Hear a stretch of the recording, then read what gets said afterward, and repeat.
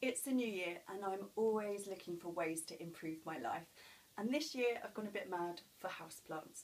I think being around plants just makes you feel better. I remember somebody saying that if you can see a tree from your office, you're more likely to be content and work better. So I've kind of taken the same thing on in my house and I'm just trying to accumulate as many houseplants as possible. But people always say to me, oh, I literally have killed every houseplant that I've had, or I haven't got any room for them. So I thought of something that you can't possibly fail with, and that is a cactus. And they're also really, really tiny as well, so you've got no excuses. Now, cactuses are really easy to find, so you should have no problem there. But I would put a little bit of time into finding a nice container for them, because you're going to have to look at it a lot. And I found this one on the high street this week for £1, and I just changed the string, because it was a little hanging one, to put this red ribbon on, because I think it looks rather nice, and it also contrasts against the green. So you can make little tweaks like that. Now, quite simply, to pot it up, what I would do is to put a few like pebbles in the bottom, or some gravel. I just stole this gravel from a driveway, so you can do that too. There's no point going and buying like a massive bag of it if you're only going to do this little pot. So that's in the bottom, and that just stops all of the compost becoming too waterlogged and compacted. Because obviously cactuses are from the deserts, they like to be pretty dry.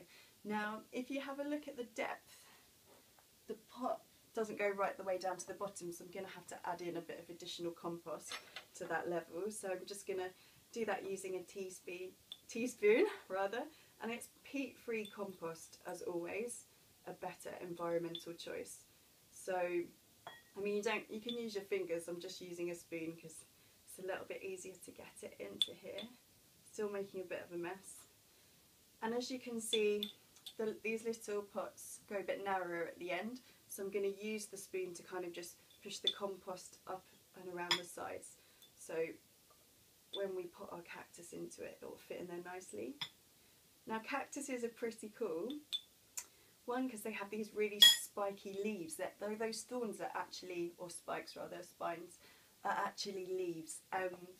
And they've been adapted like that so that they don't lose as much water, because normally the plant takes in water from the roots and then the moisture leaves through pores in the leaves. So if these leaves become spines like this, it's less likely that they're going to lose water, which is important when you're living in the desert.